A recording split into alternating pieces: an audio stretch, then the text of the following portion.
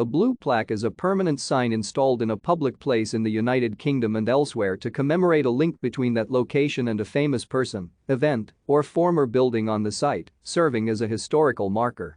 The term is used in the United Kingdom in two different senses. It may be used narrowly and specifically to refer to the official scheme administered by English Heritage and currently restricted to sites within Greater London. Or it may be used less formally to encompass a number of similar schemes administered by organizations throughout the UK. The official scheme traces its origins to that launched in 1866 in London on the initiative of the politician William Ewart to mark the homes and workplaces of famous people. It has been administered successively by the Society of Arts, the London County Council, the Greater London Council and English Heritage.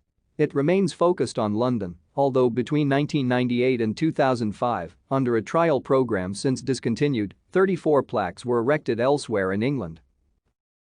Thank you for watching. Like and subscribe if you would like to view more of our videos. Have a nice day.